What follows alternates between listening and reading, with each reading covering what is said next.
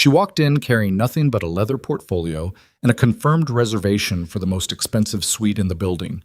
She walked out soaking wet, humiliated in front of 100 strangers, while someone filmed it on a phone and laughed. What nobody in that marble lobby understood, not the smirking manager, not the socialites with their champagne flutes, not the security guard who grabbed her arm, was that the woman they just threw into the Chicago rain had once pulled a dying man out of the dark and asked for nothing in return. That dying man had just seen everything, and he owned things. If this story already has you gripping your seat, you're exactly where you're supposed to be. Subscribe right now and follow this story all the way to the end, because what happens next will leave you absolutely breathless. Hit that like button and drop a comment telling me what city or country you're watching from. I want to see how far this story travels. Now, let's go back to where it all began. The rain had been falling since 4 in the afternoon, the kind of cold, relentless Chicago rain that doesn't care what you're wearing or where you're going. It comes down sideways off the lake, finds the gaps between your collar and your neck, and by the time you're inside somewhere warm, the damage is already done. Nia Holloway stepped out of the cab at 7:42 in the evening with a small rolling suitcase and a leather portfolio tucked under her left arm. She'd wrapped it inside her coat the last 20 feet from the curb to the revolving door because the portfolio mattered more than the coat. The coat could dry. The documents inside the portfolio, donor agreements, property maps, handwritten notes from women who no longer had anywhere safe to sleep, those couldn't be reprinted fast enough if they got soaked through. She was 31 years old, 5'6", 220 pounds. Her hair was pulled back and slightly damp at the temples. She wore a deep burgundy wrap dress that fit her the way she'd intended it to fit, and low-heeled black shoes that were already darkened at the toes from puddles. She didn't look like she'd just stepped off a magazine page. She looked like a woman who had driven 4 hours from Springfield, back-to-back meetings all day, skipped lunch, and was now arriving at the end of a very long Tuesday with one singular goal: a hot shower, room service, and 8 hours of sleep before tomorrow's early meeting with the city council. The Grand Monarch Hotel rose 18 stories above Michigan Avenue. It had been built in 1927, gutted and rebuilt in 2003, and every time you walked through its front entrance, the arched limestone entrance with the carved crown above the doors, you understood that the people who owned this building wanted you to feel small, not unwelcome, exactly, just aware. Aware that this was a place for a certain kind of person, and that if you were uncertain whether you were that kind of person, you probably weren't. Nia had stayed here twice before, both times on the same discreet corporate account. The account was registered under Holloway Consulting Group, which was technically accurate. It was a consulting group, it was registered, and it was hers. What the account didn't mention, because it had no reason to, was that Holloway Consulting Group was the legitimate financial arm of the Clearwater Foundation, a nonprofit that didn't advertise itself, didn't hold galas, and had never once issued a press release. The Clearwater Foundation ran 5 safe houses across 3 Midwestern states for women who had escaped trafficking operations, domestic violence rings, and organized crime. Nia had founded it at 26. She funded it through a combination of private donors, a small real estate portfolio she'd built over 8 years, and a level of financial discipline that would have impressed people who managed far larger organizations. None of that was visible on her face as she walked through the revolving door and into the marble lobby of the Grand Monarch. What was visible was a plus-size black woman in a damp dress, pulling a small suitcase, with rain-flattened edges to her hair. That was what Trevor Langford saw. Trevor was 47 years old and had been the general manager of the Grand Monarch for 6 years. He had a face that photographs well, sharp jaw, good posture, the kind of silver at his temples that suggests authority rather than age. And he used it the way some men use a title, as a first line of defense against anyone he'd already decided didn't belong. He was standing near the concierge desk when Nia came through the door, talking to one of the front-of-house supervisors, and he noticed her the same way a security camera notices movement, automatically, without warmth. He watched her approach the front desk. He watched the young clerk's expression shift slightly. Not dramatically, just a small recalibration that people who work in luxury hotels learn to perform when they're uncertain about a guest. Trevor moved closer without being asked. That was a habit of his, moving closer when he sensed ambiguity. "Hi," Nia said to the clerk. "Holloway, I have a reservation for the presidential suite." The clerk typed, then typed again. Her fingers slowed. "I'm seeing a reservation under Holloway Consulting Group, ma'am, but our system is flagging." "Flagging what?" Nia said. Not aggressively, just directly. She'd been direct since she was a child, and it had cost her in ways she'd stopped counting. "It's flagging the account for secondary verification," the clerk said. She glanced sideways. A micro-movement, barely perceptible. Trevor stepped fully to the desk. "Can I help with something?" he said. Not to Nia, to the clerk.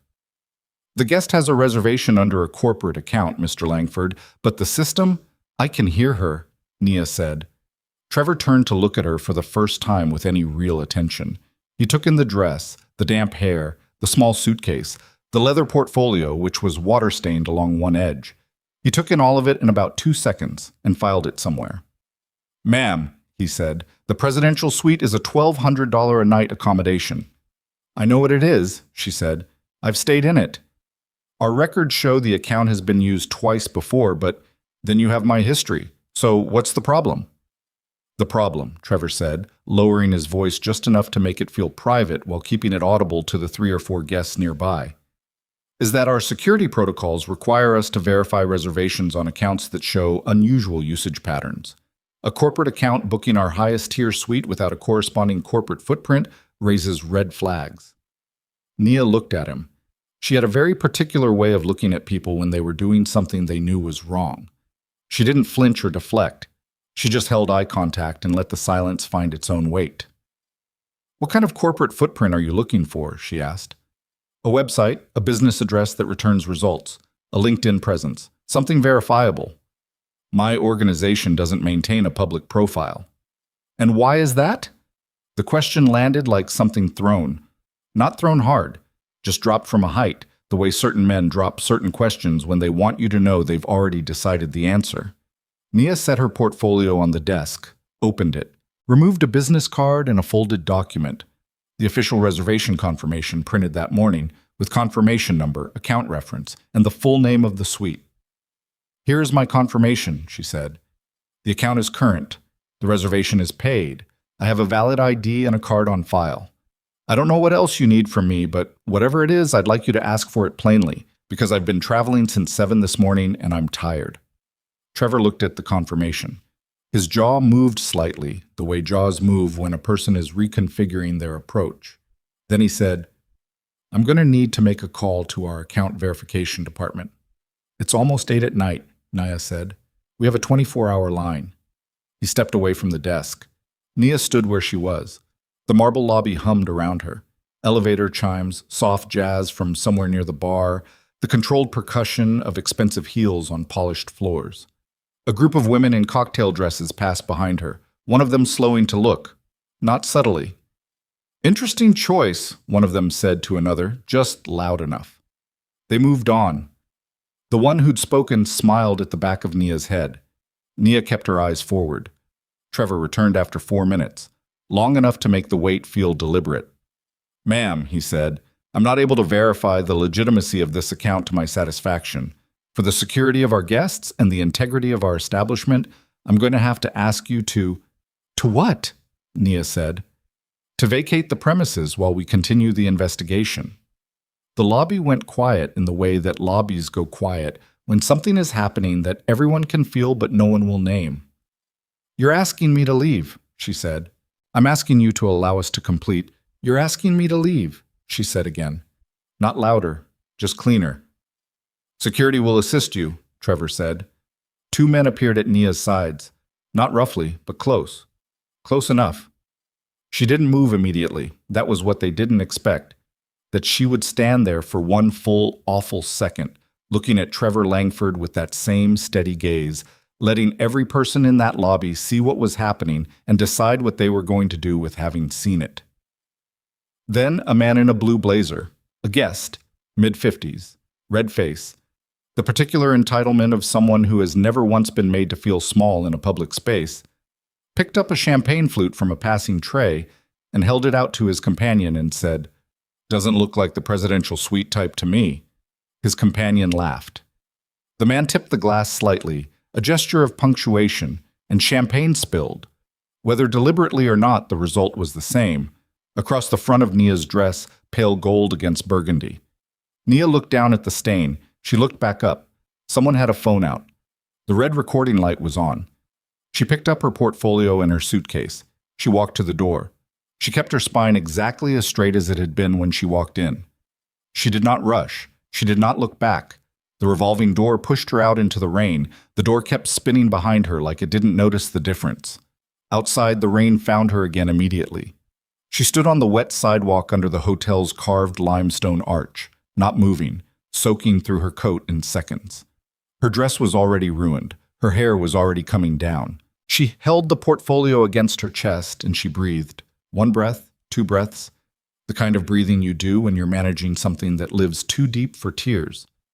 She'd been managing it her whole life.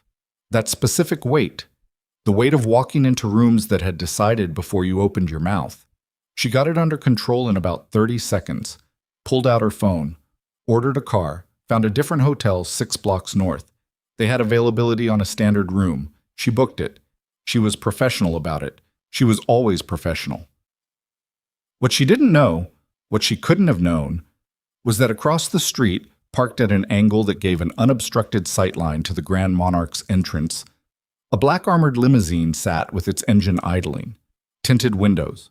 No plates visible. Inside, 3 men occupied the rear compartment. 2 of them security, one of them watching a tablet screen that was pulling a live feed from the hotel's exterior surveillance camera, which fed wirelessly to a router that one of the 2 security men had quietly compromised from a coffee shop 2 buildings down 20 minutes earlier. The third man, the one watching, was not large. He was lean, dark-haired, somewhere in his mid-40s, with the kind of stillness that doesn't come from peace, but from years of discipline over impulse. He wore a black suit with no tie. His hands were resting on his knees. He'd been watching a different street entirely when the feed shifted, and he'd told the security man to hold it on the Grand Monarch entrance because he'd seen something he recognized. A woman in a burgundy dress coming out of a cab. He'd watched the whole thing. He'd watched her walk in. He'd watched the clerk's hesitation. He'd watched Trevor Langford cross the lobby floor. He couldn't hear the conversation. The exterior camera had no audio, but he didn't need to hear it. He'd spent 20 years reading rooms through glass. He'd watched the champagne. He'd watched the phone go up. He'd watched her walk out. He watched her now, standing in the rain, holding a leather portfolio against her chest, her spine perfectly straight, her face turned slightly away from the camera. He knew that spine. He knew those hands. He had last seen them in the dark, in a parking structure on the south side 13 months ago, when those hands had pressed a folded jacket against a wound in his shoulder and held it there, firm and steady, for 11 minutes while his security detail recovered from the ambush and got him to a car. She had appeared from nowhere. Wrong place, wrong time, or the only right place at the only right time. And she'd done what she'd done without asking his name, without taking his phone, without doing any of the things a person might do when they find themselves alone with a man bleeding in the dark, and realize, from the car he'd been pushed out of, and the men who'd run, that this man is not ordinary. She'd just held the jacket against his shoulder and told him to breathe. He'd sent men to find her afterward, not to threaten her. He wasn't entirely that man, not entirely, but to understand her, to know who she was, to know what she wanted, because everyone wanted something, and the absence of an ask made him more suspicious, not less. What his men found was a woman who ran a shadow organization that sheltered people nobody else was sheltering. A woman who had no public profile because a public profile would get the women she protected killed. A woman who had looked at a bleeding stranger in a parking structure and made a decision in about 2 seconds flat. She had never contacted him, never sent word, never leveraged what she knew. Damien Vescari, because that was his name, though he never used it casually and it was rarely used within earshot of anyone who valued their continued employment, Damien Vescari looked at the tablet screen for a long, silent moment. Then he looked at the hotel, at the limestone arch, at the carved crown above the door. His face didn't change. That was the thing about Damien. His face never changed when he was making a decision. It only changed afterward, when the decision was already past the point of reconsideration. He turned to the man on his left. "Who owns the Grand Monarch?" he said. The man had an answer in 40 seconds. He always had answers fast. It was the primary reason he still had this job. The Aldrin Hospitality Group, private holding company. They've been quietly fielding acquisition offers for 18 months. Current valuation sits around $430 million. Damien looked at the screen one more time, at the woman in the rain. "Get me Aldrin's lead counsel," he said. "Tonight." "It's 8 o'clock, sir." "I'm aware of what time it is," Damien said. His voice was perfectly level. It was always perfectly level. "Get me his number. Tell him we're prepared to move on a full acquisition, cash and structured debt, by market open tomorrow. Tell him the offer won't be repeated." The man on his left was already on the phone. The man on his right said nothing. He'd worked for Damien for 11 years. He knew what it looked like when something personal was being converted into something structural. On the tablet screen, the car Nia had ordered pulled to the curb. She got in without looking back. The door closed. The car moved north up the avenue and disappeared into the rain. The lobby of the Grand Monarch continued to glow behind the tall glass windows, warm and golden. Oblivious. Damien leaned back, closed his eyes for 3 seconds, then opened them. He wasn't a good man. He'd never made the mistake of thinking he was. But there were things he understood with a clarity that didn't require goodness, only precision. And one of those things was that some debts have nothing to do with money, and the only correct way to repay them is in the currency in which they were given. She had given dignity. He would return it. What he would take from Trevor Langford and the Grand Monarch Hotel in the process was a separate matter entirely. The limousine pulled silently into traffic. The rain continued to fall. And somewhere 6 blocks north, Nia Holloway was checking into a standard room with a view of an alley, setting her ruined portfolio on the bed, and sitting very still in the quiet for just a moment before she picked up the phone and called one of her shelter coordinators to check that everyone was safe for the night.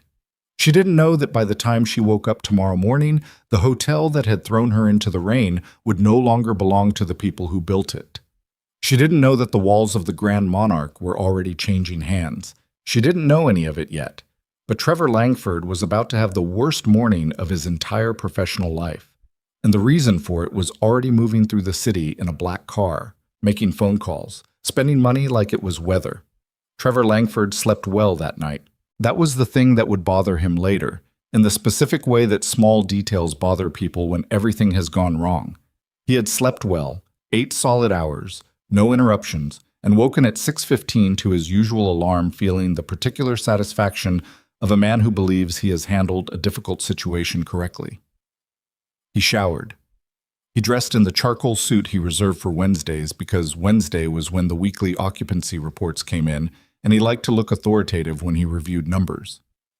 He drank his coffee standing at his kitchen window, watching the rain had stopped overnight and left the city wet and gray and quiet. He was in a good mood. He drove to the Grand Monarch in a good mood, parked in his reserved spot, the one with his name on a small placard, which he had personally requested when he took the position, and which he considered privately one of the minor but genuine pleasures of his professional life. He rode the service elevator to the executive floor. He stopped at the assistant's desk for his morning briefing packet. His assistant, a young man named Paul who had worked for Trevor for 8 months and had learned in those 8 months to read the air quality of a room before speaking, handed him the packet and then said, very carefully, "Mr. Langford, there have been some calls this morning." "From who?" "From the Aldrin Group's legal office, and from 3 board members." Trevor took the packet. "What time?" "The first one came in at 5:42. Trevor looked at Paul. 5:42. "Yes, sir." Trevor opened the packet. The first page was the overnight occupancy summary, which he scanned by reflex. 91%. Good number. His eyes moved to the second page and found, instead of the usual revenue breakdown, a single printed memo with the Aldrin Group letterhead. It was 4 sentences long. He read it twice. Then he read it a third time. Then he sat down in the chair across from Paul's desk. Not his own chair, in his own office, but the small chair that guests used when they were waiting. And he sat there with the memo in his hand and the packet in his lap, and he didn't say anything for almost a full minute. The memo informed him that the Aldrin Hospitality Group had entered into a binding acquisition agreement with the Viscari Investment Group at 11:58 the previous evening. The transaction encompassed the full ownership structure of the Grand Monarch Hotel. All executive personnel were to report to the Grand Ballroom at 9 o'clock for an ownership transition meeting. Attendance was mandatory. The name Vescari was printed in standard serif font, the same as every other word in the memo. It carried no special formatting. It didn't need to. Paul watched his employer sit in the guest chair and said nothing, because there was nothing in his 8 months of employment that had prepared him with language for this particular morning. Trevor stood up, straightened his jacket, walked to his office door. "Cancel my 9 o'clock with the revenue team," he said. "Yes, sir. Should I? And get me Richard Aldrin on the phone." Mr. Aldrin's office said he's unavailable until— I don't care what his office said.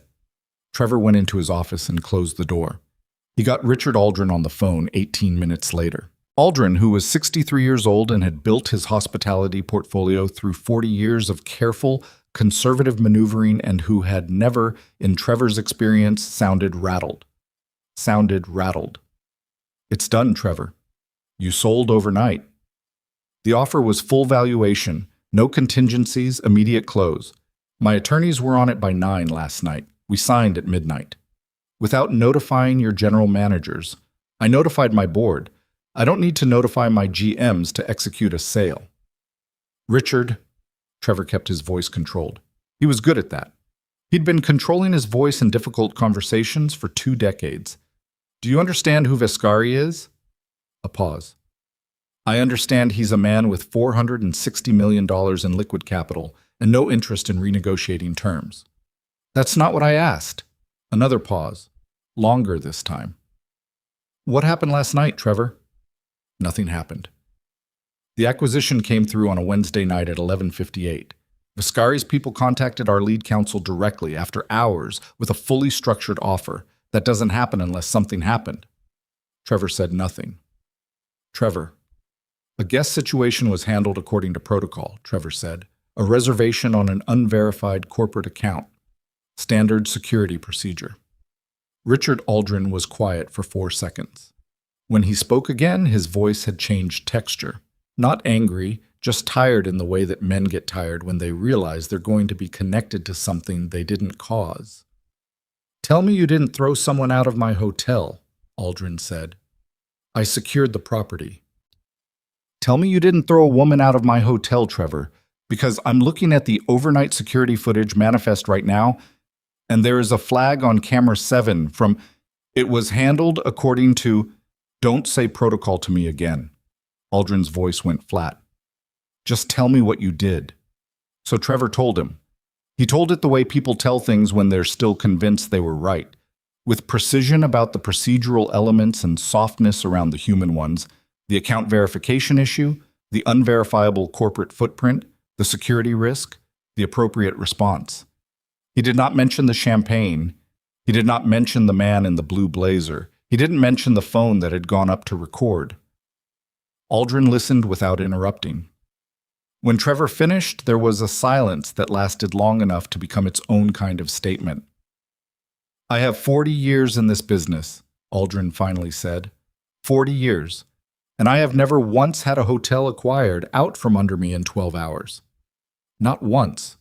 Richard, I want you to understand what that means. It means someone with enormous resources watched what happened in that lobby, made a decision, and by midnight my attorneys were signing papers. That's not a coincidence, Trevor. That's cause and effect. I made a judgment call. You made a mistake. Aldrin said it quietly, not cruelly, the way a doctor says something that can't be unsaid. Be in that ballroom at 9. The line went dead. Trevor put the phone down. He sat in his own chair, behind his own desk, in his own office, and looked at his hands for a moment. The charcoal suit. The coffee he hadn't finished. The placard with his name in the parking spot downstairs. He picked up the phone again and called Marcus Hale, the hotel's head of security. The footage from last night, Trevor said. Camera 7, lobby, between 7:40 and 8:15.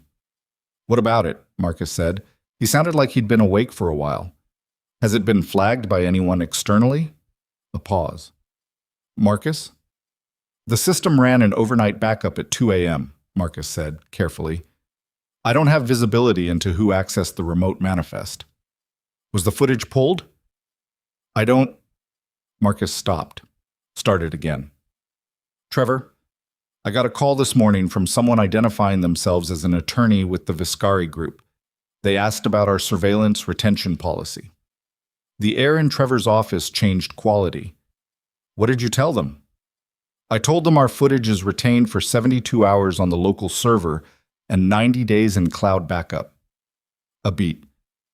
I didn't know I should have told them anything different. Trevor ended the call. He sat very still for 30 seconds. Then he stood, buttoned his jacket, and walked downstairs to be in the ballroom by 9. He was not the only one who arrived looking like he hadn't slept well enough for what the morning was about to ask of him. The grand ballroom of the Grand Monarch was a room designed for excess. Cathedral ceilings, 3 crystal chandeliers, a stage at the far end framed by gold curtains, tables that could seat 400 pushed to the walls to make the center floor feel like an arena. At 9 o'clock on a Thursday morning, with the chairs cleared away, it felt enormous and cold and slightly airless, the way grand spaces feel when they're filled with anxious people trying not to look at each other. 41 employees were present, department heads, shift managers, the front-of-house team, housekeeping supervisors, the food and beverage director, the concierge staff. Paul stood near the back. The young clerk from the front desk, her name was Destiny, 23 years old, 9 months into her first hotel job, stood near the side wall with her hands clasped in front of her, her face professionally blank in the way young people make their faces blank when they're frightened and trying not to show it. Marcus Hale stood near the door. He didn't look at Trevor when Trevor came in.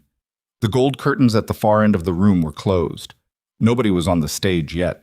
Then, at 9:04, the curtains opened. Damien Viscari walked out alone. He didn't have an entourage on stage. 2 security men positioned themselves at the base of the stage steps, but they were furniture, so present, immovable, and designed to be unnoticed. Damien walked to the center of the stage and stopped and looked at the room. He was wearing a black suit, no tie, the jacket buttoned. He wasn't carrying anything. He didn't have notes. He stood there for a moment without speaking, and the room, which had been managing a low hum of nervous conversation, went quiet so fast it was like a switch had been thrown. This was a thing about Damien Viscari that no amount of reputation could fully prepare you for until you were in the same room with him. The quiet. Not silence exactly. He was breathing. He was present. He was looking at specific faces one at a time with a kind of attention that made people feel simultaneously seen and examined. But around him there was a quality of compressed air, the kind that precedes something large and irreversible. And every person in that ballroom felt it in a different part of their body, some in the chest, some in the stomach. Paul felt it in his hands, which he shoved into his jacket pockets. "Good morning," Damien said. His voice wasn't loud. He didn't need it to be loud. The room was already his. "My name is Damien Viscari. As of midnight last night, I own this building. I own the brand license, the physical property, the staff contracts, the vendor agreements, and the reservation system. I own the parking placard in spot 7 with someone's name on it, and I own the nameplate on the GM's door upstairs, which will be coming off the door sometime today." A pause, not for effect, or not only for effect, but to let the information settle. I want to be straightforward with you this morning, because I believe the people in this room deserve to know exactly where they stand. That is not always how these transitions go. I'm choosing to do it differently. He let another beat fall. Last night, at 7:42 p.m., a guest arrived at this hotel with a valid reservation, a confirmed corporate account, and proper identification. She was removed from this property by security at the direction of your general manager. During the course of that removal, she was publicly humiliated in this lobby, and a physical altercation with her belongings was witnessed by multiple guests, at least one of whom recorded the incident on a personal device. The room had gone a different kind of quiet. Not the compressed air quiet of waiting. The specific quiet of 41 people realizing they are in a room where the subject is something they saw or heard about or participated in or did nothing to stop. "I'm going to show you what happened," Damien said. "Not because I enjoy it, but because this conversation doesn't work if we don't share a common understanding of the facts." He nodded toward the side of the stage. A screen descended from the ceiling at the back of the stage. The footage ran without narration. Camera 7, lobby, 7:42 to 8:11. 29 minutes of it. Though only about 4 were the encounter itself, you could see everything. The arrival, the desk, Trevor's approach. The conversation that was clearly not a conversation.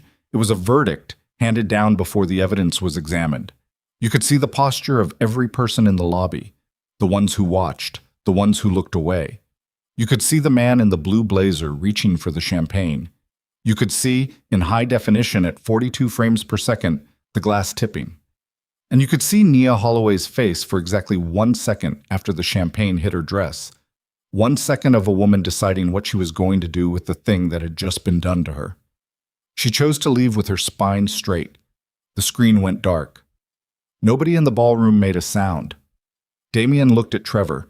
Trevor was standing about 15 feet from the stage, near the center of the floor. He had not looked at the screen while it played. He had looked at a point on the floor approximately 4 feet in front of his shoes. Now he looked up. "I'd like you to tell everyone in this room," Damien said, "why you removed her." Trevor's jaw worked slightly. Around him, 40 people waited. "The account couldn't be verified to the satisfaction of our security protocol," Trevor said. "That's a process answer," Damien said. "I asked for a reason." "The process is the reason." "No, it isn't." No heat in the voice, no anger that you could locate and point at. Just precision. "I've had my team look at your verification logs. The account is 4 years old. It's had 11 transactions with this hotel. The billing has never failed. There's no flag on the account in your system. I had 2 separate compliance analysts check this morning. The flag existed in your judgment, Mr. Langford. So I'll ask you again, and I'd encourage you to think carefully. Why did you remove her?" 39 people were looking at Trevor. Marcus Hale was looking at the floor. Trevor looked at Damien for a long moment, and then something in his face settled into a kind of resignation that was almost indistinguishable from defiance.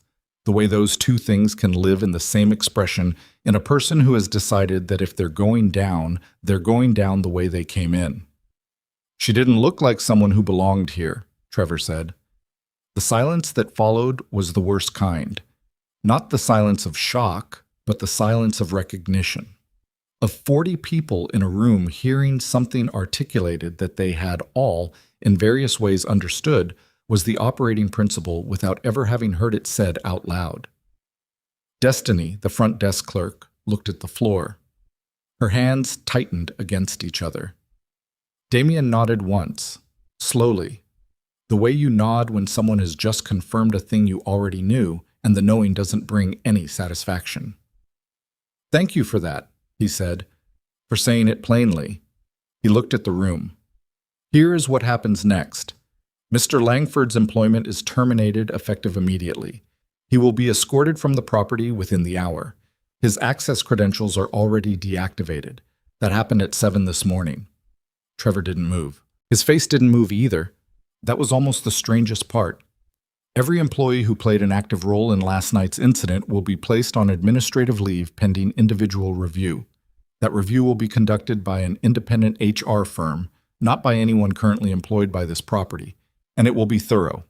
If you're uncertain whether last night's incident applies to you, assume that it does and behave accordingly." He paused. "For everyone else, you're not being held responsible for what your manager decided. You're being asked to understand that this property is changing and that the change starts with who we choose to see when they walk through our door."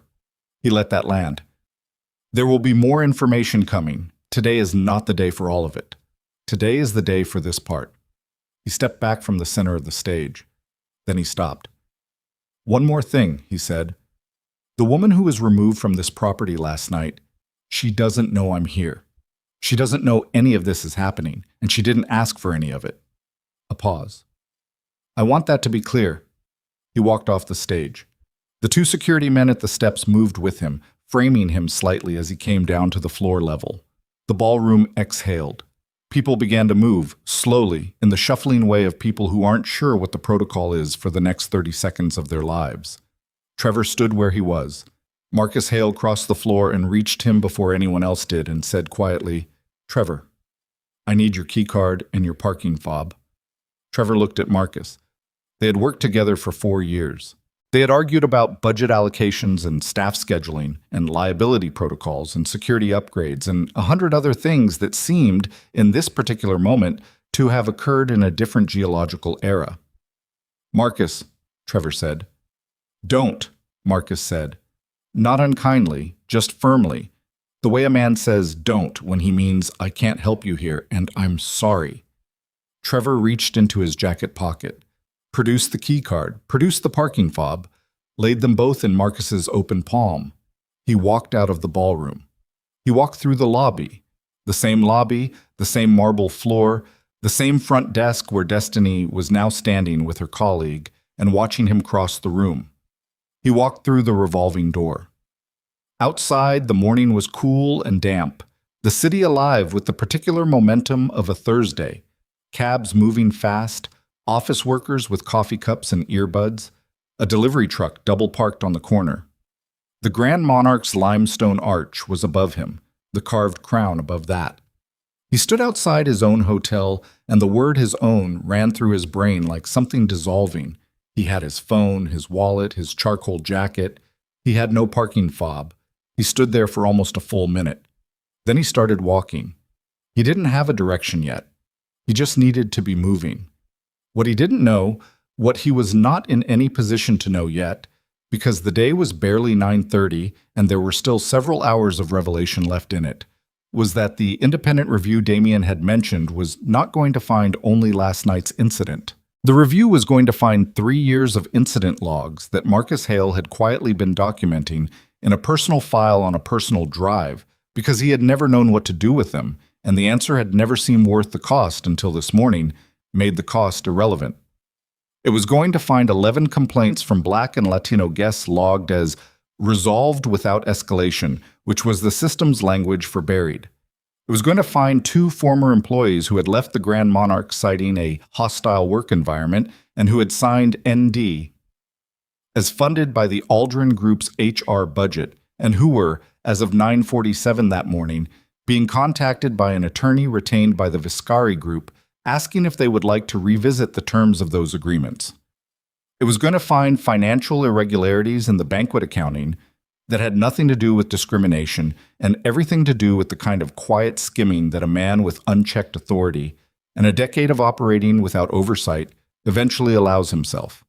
Trevor didn't know any of that.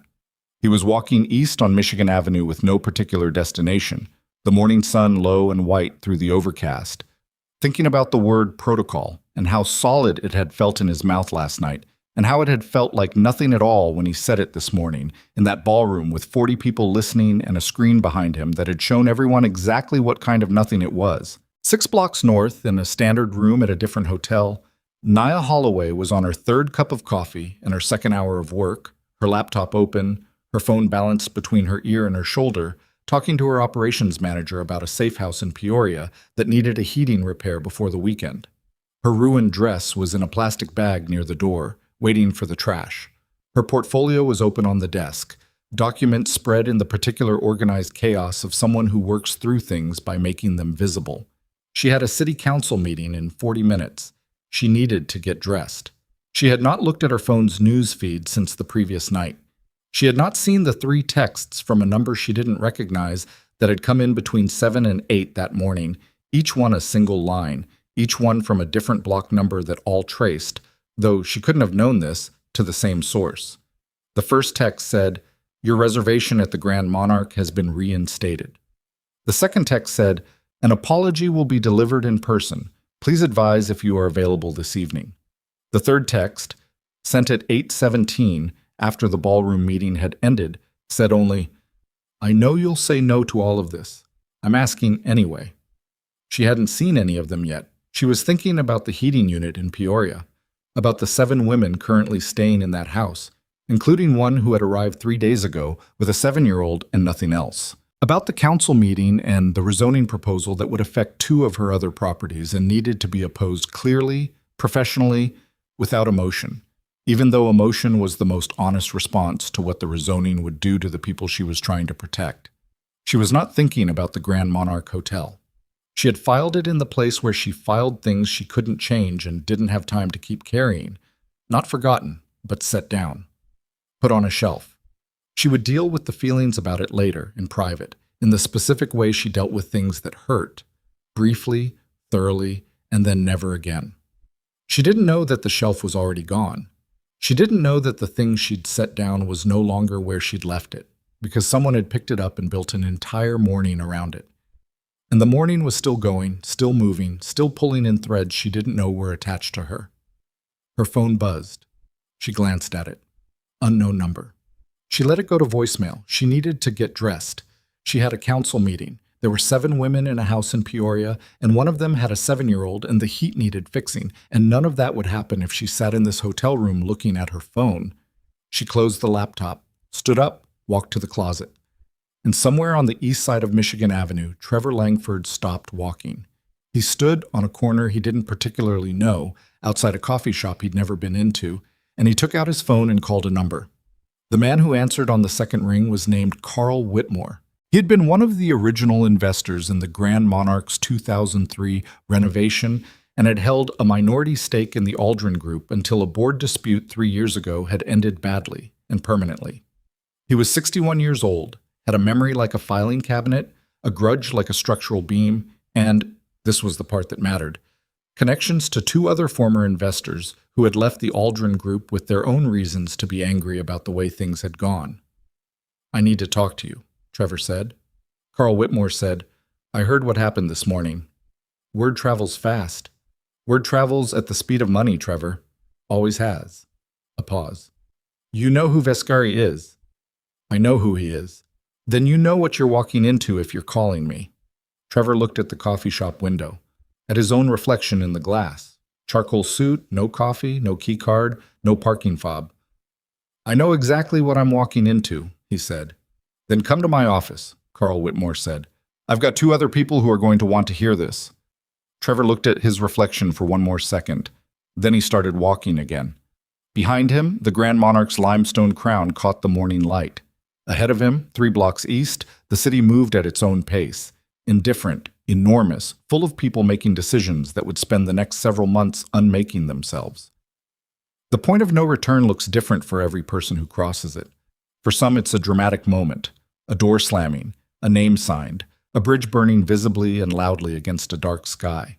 For Trevor Langford, it was a phone call made on a street corner on a Thursday morning, and the quiet way Carl Whitmore said, "Come to my office," and the equally quiet way Trevor said yes, and the fact that neither of them paused to consider that the man who now owned the Grand Monarch Hotel had spent 20 years in a business where anticipating exactly this kind of move was not a skill, but a survival mechanism. And he was already 3 steps ahead of the meeting that hadn't happened yet. Carl Whitmore's office was on the 34th floor of a building on Walker Drive that had been built in the 90s and never quite shaken the aesthetic of that decade.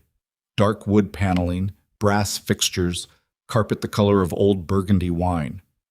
It was the kind of office that communicated seriousness through density, every surface carrying something heavy, framed photographs, legal volumes, deal tombstones and lucite, the accumulated physical evidence of 40 years of transactions. Carl collected these things the way certain men collect proof that they existed and mattered, and the office smelled of leather and recycled air and the faint chemical ghost of cigars that hadn't been smoked indoors in years but had soaked into the walls deeply enough to persist. Trevor arrived at 10:20. He'd stopped for coffee on the way, not because he wanted it, but because he needed something to hold, some object that made him look like a man with a plan rather than a man who had just been walked out of his own building. The coffee was already cold by the time he got to the 34th floor. He drank it anyway. Carl Whitmore was shorter than Trevor remembered from the 2 or 3 times they'd been in the same room at Aldrin Group functions. He had gray hair cut close to his skull, a dark suit that fit well, and the eyes of a man who had learned a long time ago that the most useful thing you can do in a meeting is let other people talk first. He shook Trevor's hand and gestured to a chair and then sat across the conference table and waited. There were two other men in the room. The first was introduced as Philip Dre, 64, a former co-investor in the Grand Monarch renovation who had exited the Aldrin partnership in 2021 after a dispute over management fees that had gone to arbitration and settled badly for everyone. He was heavy-set, red-faced, and breathing with the slight effortfulness of a man whose cardiologist had told him things he'd chosen not to fully internalize. He sat with his hands flat on the table and looked at Trevor like he was appraising property. The second man didn't offer a last name. He was introduced as an associate of Philip's, and he sat in the corner of the room in a chair that was slightly outside the table's footprint, as if he'd arranged himself to be present without being officially part of the meeting. He was younger than the others, late 30s, neat, with a kind of deliberate anonymity about him. The kind of man who is in rooms but not in photographs. "Tell us what happened," Carl said. So Trevor told it again. He was getting better at telling it. Or not better exactly, but more efficient. He'd stripped away the procedural language that had failed him in the ballroom and was left with the bones of it: the reservation, the account, the decision, the acquisition, the morning meeting, the termination.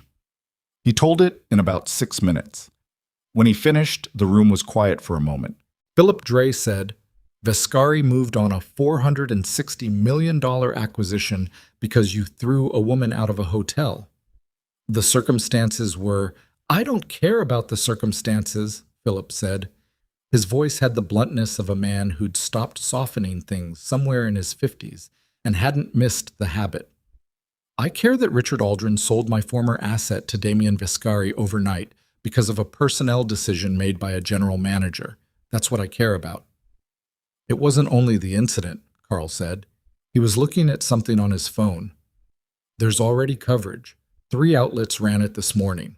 The surveillance footage is being described in one piece as," he read from his screen, "a textbook case of racial discrimination in luxury hospitality.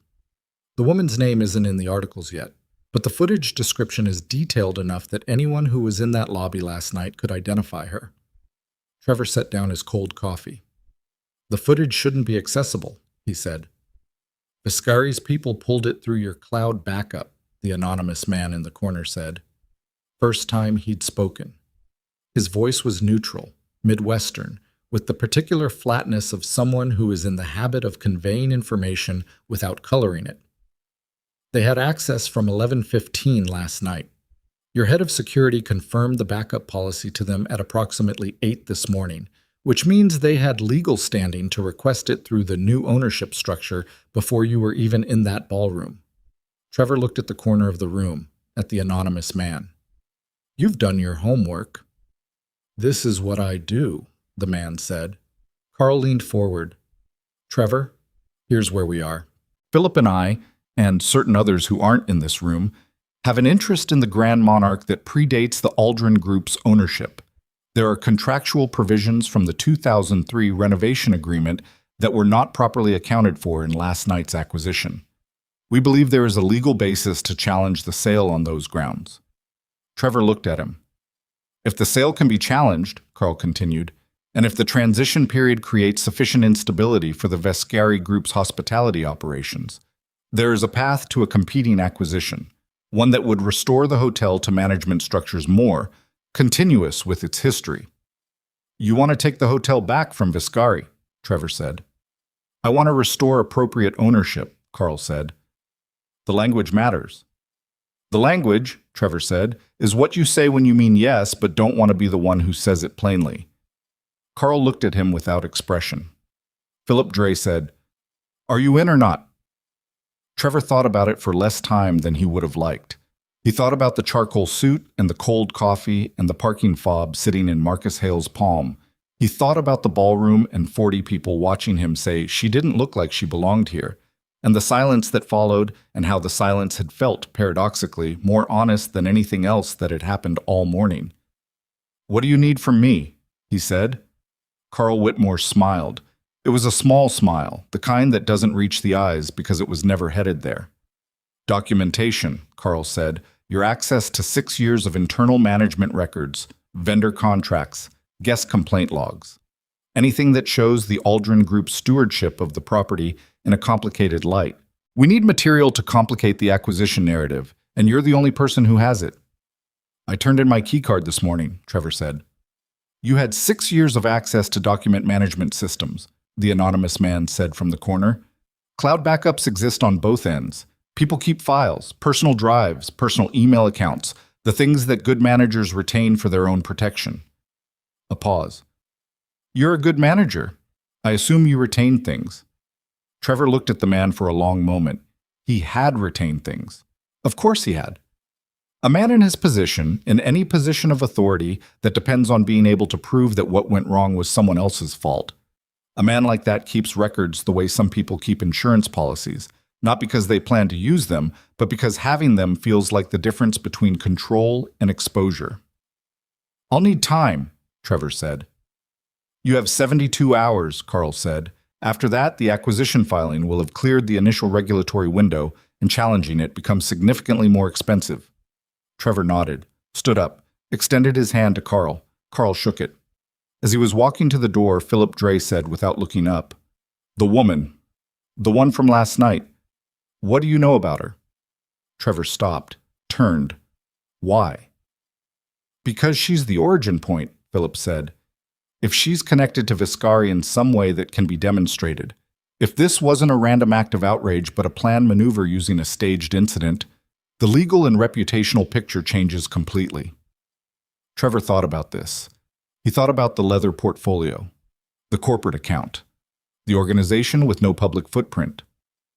I don't know much about her, he said. She runs some kind of nonprofit. Philip looked at the anonymous man. The anonymous man was already writing something down. Trevor left. In the elevator going down, he watched his reflection in the brushed steel doors and had the clear, uncomfortable sensation that he had just walked through a door that looked like an exit and was actually a deeper room.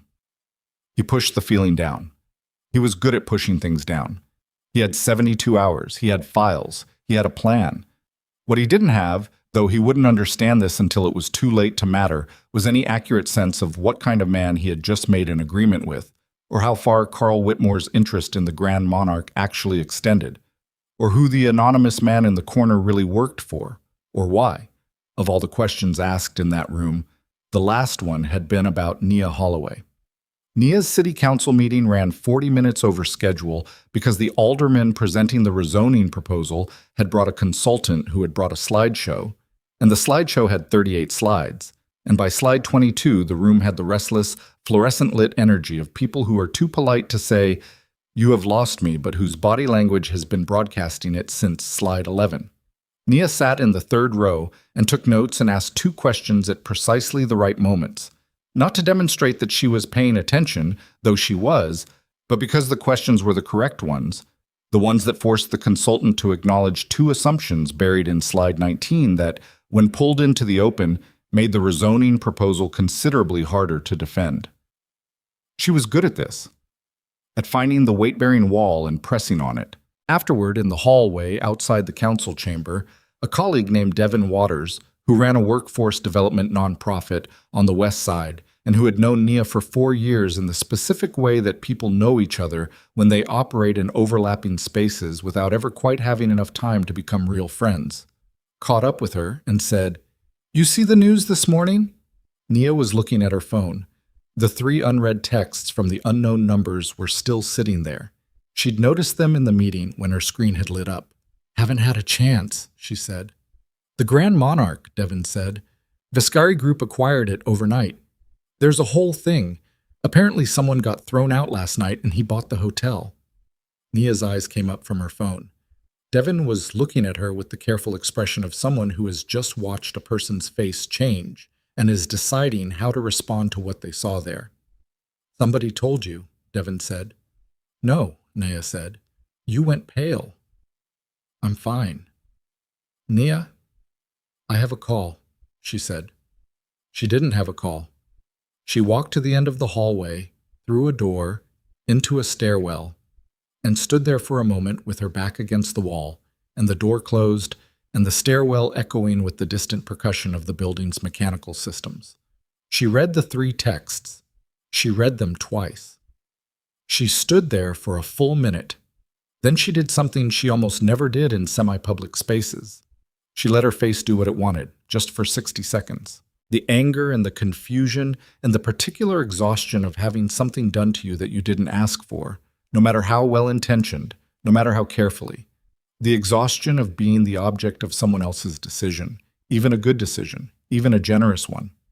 She had spent 5 years building a life and an organization around the principle of not being visible. Not because she was ashamed of anything, but because visibility was a threat vector. The women in her safe houses were alive and safe in part because Nia Holloway's name meant nothing to the people who would hurt them. The moment her name meant something, the moment it was connected to something newsworthy, something that appeared in 3 outlets by 10 in the morning, that calculus changed. She understood intellectually that whoever had done this had done it from a good place, or a place that thought it was good. She understood that last night had been genuinely wrong, and that the anger behind this response was proportionate to the wrong.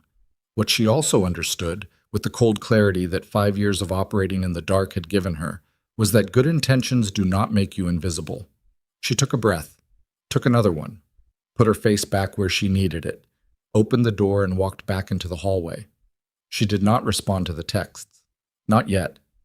She went back to her temporary hotel room, sat at her desk, and called her most trusted colleague, a woman named Selena Bright, who handled security protocols for the Clearwater Foundation, and who had, in a previous life, spent 8 years doing risk assessment for a federal agency she was not able to name in casual conversation. "I need a name run," Nia said. Vescari, Vescari. First name Damien. Selena was quiet for 3 seconds. "I know who that is. Tell me. Where are you right now?" "Hotel room, alone." "Make sure," Selena said. Nia checked the room. Bathroom, closet, door. "I'm alone." Damien Vescari is the primary figure in what federal investigators have been calling the Vescari Network for about 12 years. He runs, or ran, it's complicated because his legitimate holdings are substantial enough that the line gets blurry. He runs a criminal organization that at its height controlled distribution infrastructure across 6 states. Protection, logistics, some financial services of the kind that don't have licenses. A pause. He's been investigated 3 times, never indicted. The conventional wisdom is that either his legal team is extraordinary, which it is, or that he has relationships with certain oversight structures that make prosecution complicated, which is also probably true. Nia's hand was flat on the desk. She pressed it down slightly, feeling the surface.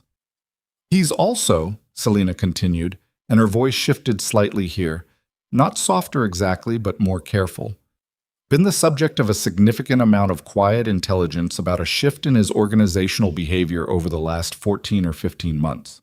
Reduction in certain operations. Reallocation of assets toward legitimate holdings. The analysts who track him can't agree on whether it's strategic camouflage or genuine transition." "What do you think?" Nia asked. "I think people don't change their fundamental architecture," Selena said. "They renovate. They add rooms. But the foundation is what it is." Nia thought about a parking structure on the south side.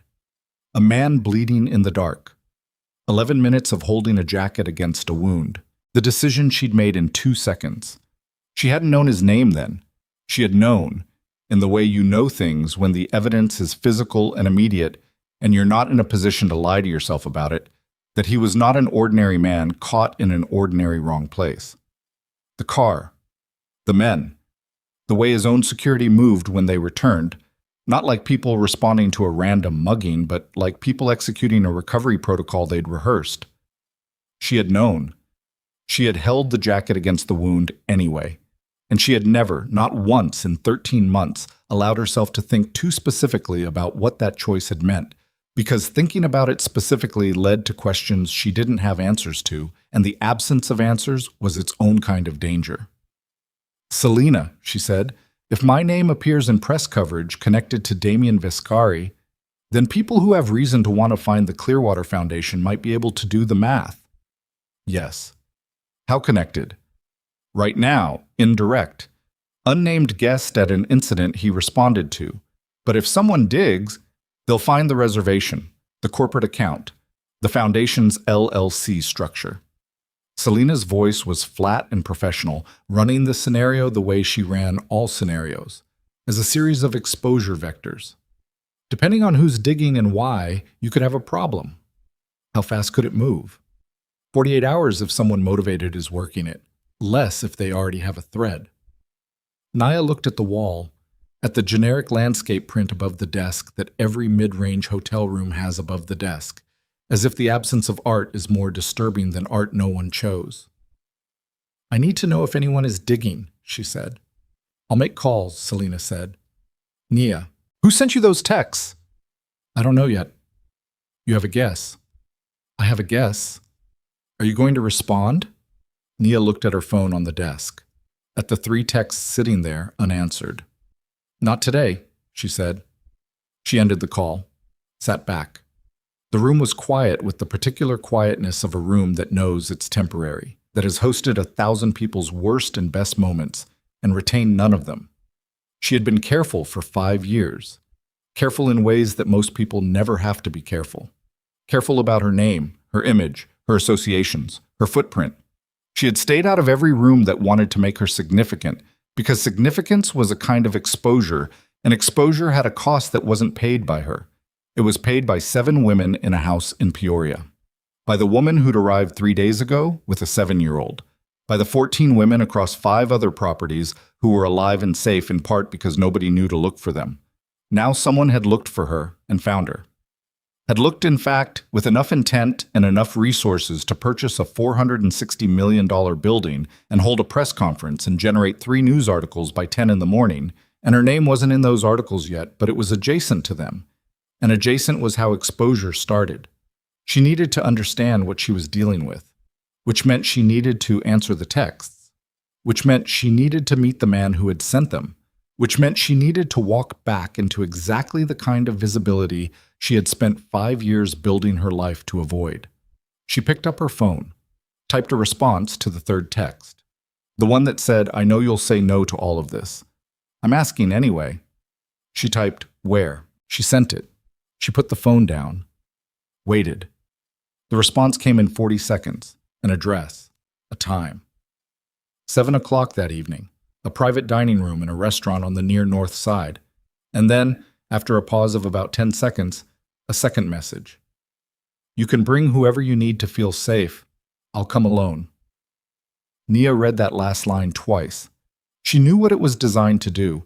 She also knew that knowing what something is designed to do doesn't make it less true. She put her phone in her bag, stood up. She had 6 hours before 7 o'clock, and she had work to do. That had nothing to do with Grand Monarch hotels or men who sent texts from blocked numbers or the particular complicated weight of owing someone something when you'd never asked to be owed. She went to work. In Carl Whitmore's building on Wacker Drive, the anonymous man in the corner, whose name was Raymond Sykes, though the name was as operational as everything else about him, sat alone in a smaller conference room after Carl and Philip had left, and made a series of calls from a phone that was registered to no one. By noon, he had the following. Nia Holloway, 31. Springfield, originally. No criminal record. A legitimate consulting registration in Illinois. And then, deeper in, past the first layer of public records into the secondary layer, where things that were deliberately removed still left marks the way furniture leaves marks on carpet, the outline of something that didn't want to be found. An LLC. Holloway Consulting Group parent registered to a holding structure called CW Foundation Management Limited, which connected through a series of addresses and registered agents to a property in Peoria, and another in Rockford, and 3 more across 2 other states. He sat with this information and understood 2 things simultaneously. The first was that the woman from the Grand Monarch lobby was not who she appeared to be, which could mean many things. The second was that whatever she was connected to Damien Vescari in some way that predated last night. And that connection, whatever it was the actual foundation of everything that had happened. And that meant it was also the foundation of everything that could be dismantled. He called Philip Dre.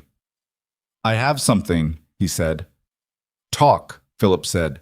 The woman runs a shadow organization, multiple properties across the Midwest, no public presence, deliberately structured to be opaque, the kind of structure you build when you don't want to be found. A pause. Safe houses? That's my read, which means she has protected individuals on those properties. Another pause. Longer. If Viscari's connection to her is personal, Philip started, then threatening her organization is leverage, Raymond said. Direct leverage, the kind he can't respond to through attorneys or acquisitions. Can we find the properties? I have 3 addresses.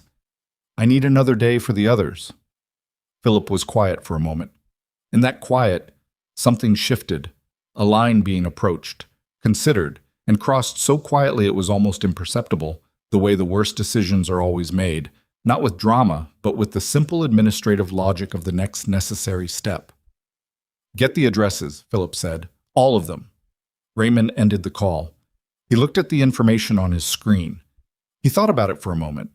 Not with doubt exactly, but with the professional's habit of assessing risk before proceeding. Then he kept working. 3 miles away, in the Peoria safe house with the broken heating unit, a 7-year-old named Marcus, who had his mother's eyes and his mother's habit of going very still when he felt uncertain about a room, was sitting at a kitchen table doing a worksheet his mother had printed at the library the day before. His mother, whose name was Denise, and who had arrived 3 days ago with him and a single bag and a specific kind of exhaustion that Nia's staff recognized on sight, was asleep in the next room for the first time in 4 days. The house was quiet. The heat had been repaired that afternoon. The kitchen smelled like the soup that one of the staff had left on the stove. Marcus colored in a letter on his worksheet and didn't know that somewhere in a building on Walker Drive, a man he'd never meet was writing down his address. And Nia Holloway, sitting in her hotel room working through donor documents with the methodical focus of someone who does not allow themselves to be paralyzed by what they can't control, did not know it either. She would know it by morning. And when she did, the careful architecture of 5 years of invisible work, built brick by brick, sacrifice by sacrifice, in the dark and in the quiet, for 7 women and 1 7-year-old and 34 others whose names she kept in a locked document and thought about every single day, would be the thing standing between them and the men who had just decided it was a weapon. Selena called at 6:17 in the morning. Nia was already awake. She'd been awake since 4:40, which wasn't unusual for her. She slept in pieces, always had, her brain running its overnight inventory and presenting her with the results before sunrise, whether she wanted them or not. She was sitting at the desk with her second coffee, working through a funding spreadsheet, when the phone went off and she saw Selena's name and picked up before the second ring. Talk, Nia said. Someone ran you last night, Selena said. Not a casual search, a structured inquiry, public records, LLC filings, registered agent cross-references. The kind of run you do when you have a thread and you're following it deliberately. Nia set down her coffee. How deep did they get? Far enough? The CW Foundation management structure is visible if you know what to look for. The Peoria address is in the registered agent filing for that LLC. It's a matter of public record. We used it because it's a commercial address, not a residential one, but it's the same block as the house. Nia's hand was on the desk. She pressed her palm flat, felt the surface. Who ran it? I traced the inquiry through a data broker service that sells access to aggregated records. The account that pulled the search is registered to a corporate entity called Meridian Research and Consulting. The registration is in Delaware, which tells you nothing, but the billing address runs back to a building on Walker Drive. Nia closed the spreadsheet. Whitmore. I don't have that name confirmed. I do, Nia said. Give me everything you have on Meridian Research. While Selena talked, Nia opened a new document and typed. Her handwriting was faster than typing, but her hands were shaking slightly. Not dramatically, just the fine motor tremor that comes when adrenaline gets into the system and the body hasn't decided yet what to do with it. She typed anyway. Names, addresses, corporate connections. She typed because typing made it real, and real was what she needed it to be, even if real was the thing she'd spent 5 years trying to keep at a distance from the women in her houses. Selena, she said when the information stopped coming, What's the exposure window on the Peoria address? If they have the address and they're motivated, they could have eyes on the property within 12 hours. It's been 14 hours since whoever ran the search pulled the filing. Silence on the other end. How many at the house? Selena asked. 8 women, 1 child. The word child landed in the conversation like something physical. I'll make a call, Selena said. We can move them to the Rockford property. Rockford is in the same LLC structure. If they pulled Peoria, they can pull Rockford. Then somewhere off structure. That takes time we might not have. Nia was already standing, already moving to the closet. I need you to get on the road to Peoria now. Not to move them yet, just to be there. Eyes on the house. If anything looks wrong, I'm already moving, Selena said. Nia, the meeting tonight. I know. You going? Nia had her coat in one hand and her phone in the other and the leather portfolio, now dried but still stained along one edge, open on the bed with last night's notes still in it. Yeah, she said. I'm going. She hung up. Looked at the room for 3 seconds. The generic print above the desk, the half-drunk coffee, the funding spreadsheet still open on the laptop screen. Then she closed the laptop, picked up the portfolio, and left. She had 9 hours before 7 o'clock. She spent them working. The restaurant on the near north side was called Osteria Falcone, and it had been there for 22 years, which in Chicago restaurant terms made it practically a historical site. It had 12 tables in the main room and 2 private dining rooms in the back, each one separated from the kitchen noise by solid doors and heavy drapes, and each one accessible from a side entrance on the alley that the restaurant used for deliveries but which could, with a phone call to the right person, be made available for guests who preferred not to enter through the front. Nia entered through the front. She was wearing a black blazer over dark pants, her hair down, no portfolio. She'd left it at the hotel. She carried her phone and her wallet and nothing else. She arrived at 6:58 and was shown to the private room in the back by a host who didn't ask her name, which told her the name had already been given. The room was small. 8-person table, 1 set of candles, a bottle of still water open on the table, and 2 glasses poured. The drapes were the color of old amber. There was no music. Damien Vescari was already there. He was sitting at the far end of the table, not at the head.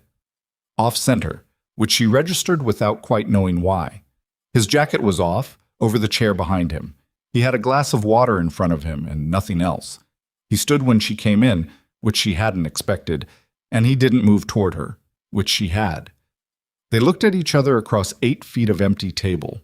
This was their second time in the same room. The first time one of them had been bleeding in the dark, and neither of them had been able to see the other's face clearly. Now she saw him and he saw her, and the room held that particular weight of 2 people recalibrating a connection that had been built from almost nothing and had somehow held anyway. "Thank you for coming," he said. "Sit down," she said. He sat. She chose a chair at the side of the table, not opposite him, not beside him, the geometry of someone who hasn't decided yet. "You bought the hotel," she said. "Yes," without telling me. "It wasn't something I could tell you beforehand without asking permission I didn't think I had a right to ask for." Nia looked at him. That's a very precise way of explaining an impulsive decision. It wasn't impulsive. You spent $460 million in 12 hours. The decision took about 45 seconds, he said. The money part took longer. She held his gaze for a moment. He didn't look away. He had the qualities she'd noticed in the parking structure without being able to name it at the time. A kind of absolute stillness that wasn't peace.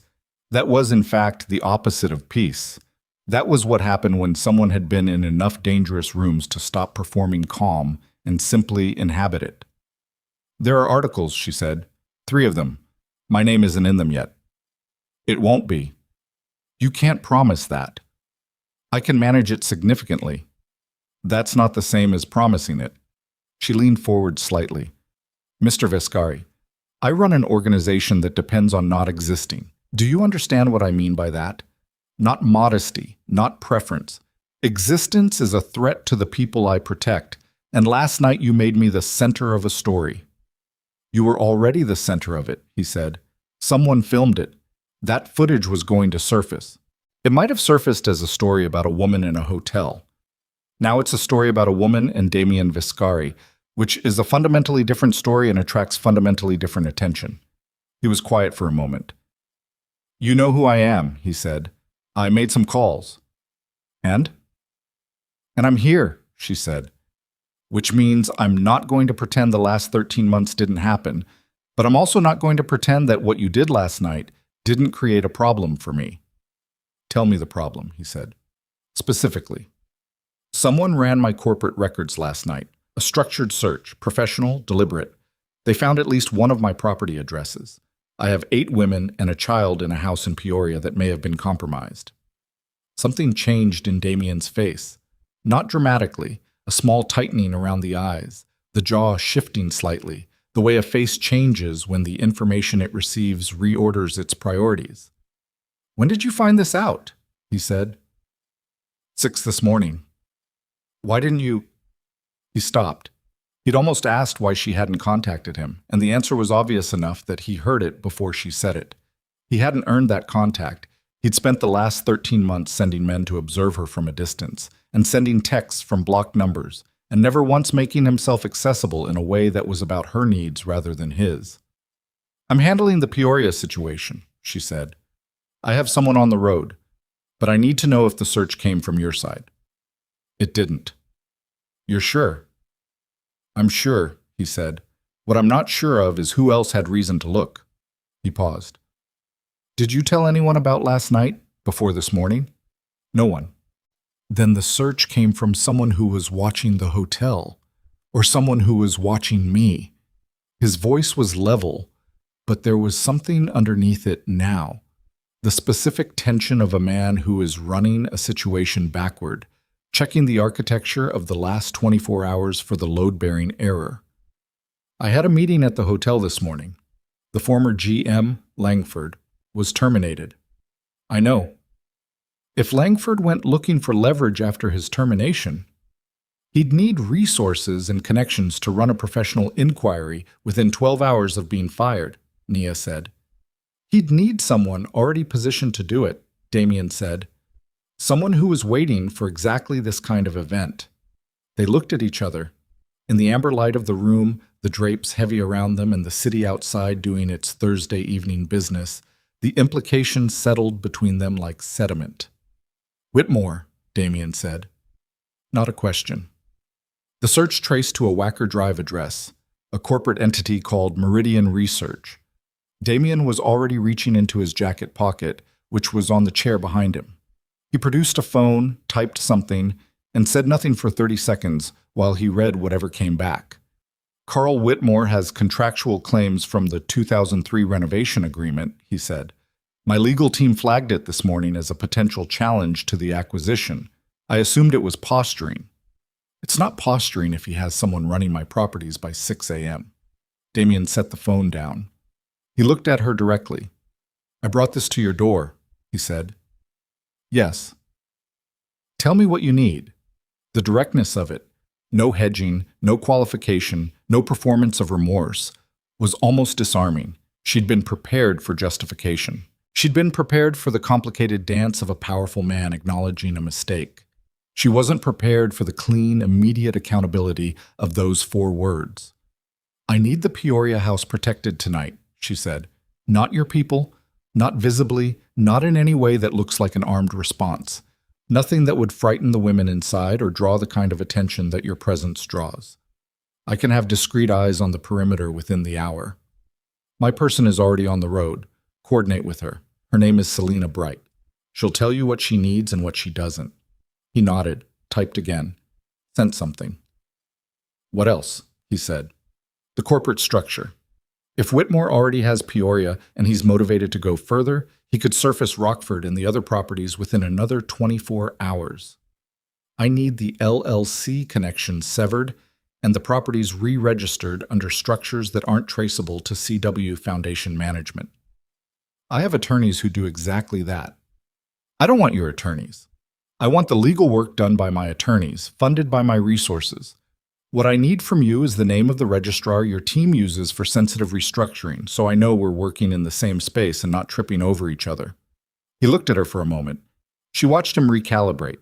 The micro-adjustment of a man who is used to solving problems by deploying resources and is being told instead to share a roadmap. "I'll have the name to you within the hour," he said. "Good." She sat back slightly. "Now tell me what Whitmore actually wants." Damien's jaw moved. "The hotel. He has claims going back to the renovation. Minority stake provisions that were improperly bought out when Aldrin restructured in 2019. If he can challenge the acquisition on those grounds, he can tie the transaction in court long enough to either force a settlement or drive a competing bid. And you weren't aware of these claims before you made the offer. My team did a 12-hour due diligence run. The claims were in the documentation but assessed as low risk because the statute of limitations on the original dispute was almost exhausted." "Almost," Nia said. "Almost," he agreed, which is the distance between a nuisance and a problem. So Whitmore gets a cooperating witness in Langford who has 6 years of internal management records, and he uses those records to paint a picture of mismanagement that complicates the acquisition narrative. Meanwhile, he has someone finding my properties because he thinks I'm leverage against you. Yes. Is he right? The question went into the room and stayed there. Damien looked at her for a long moment. In the amber light, his face was very still, and she had the sense, not comfortable, not uncomfortable, just accurate, that the question was one he'd already been sitting with and hadn't found a way to answer that satisfied him. He's right that I would respond to a threat against you, Damien said. He's wrong about what that response would look like. What would it look like? Not surrender, he said. Not negotiation, not the transfer of assets they're expecting. A pause. The people who think they can use someone I care about as a pressure point have, historically, made a significant error in their threat assessment. The phrase "someone I care about" landed in the sentence without ceremony, without softening, matter of fact, in a way that made it considerably harder to dismiss than if he'd built architecture around it. Nia didn't address it.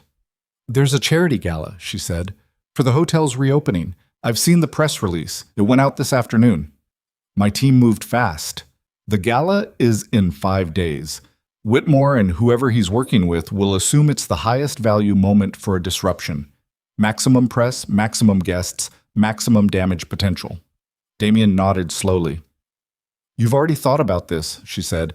"I've been thinking about it since this morning." "And?" "And I think they'll move at the gala," he said, "which means the gala is where I want them." Nia looked at him. "You want to let them move?"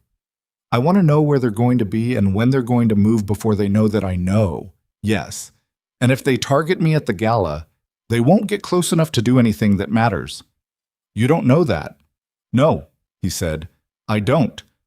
And the admission was clean and unhesitating, the same quality as everything else he said, and it was somehow more reassuring than a guarantee would have been. "But I have 5 days to build a structure that makes the probability as close to certainty as I can get it, and I'm very good at building structures under time pressure." "I have conditions," Nia said. "Tell me." "I won't be used as bait. If your plan requires me to stand somewhere and be visible so that people come to me, I won't do it."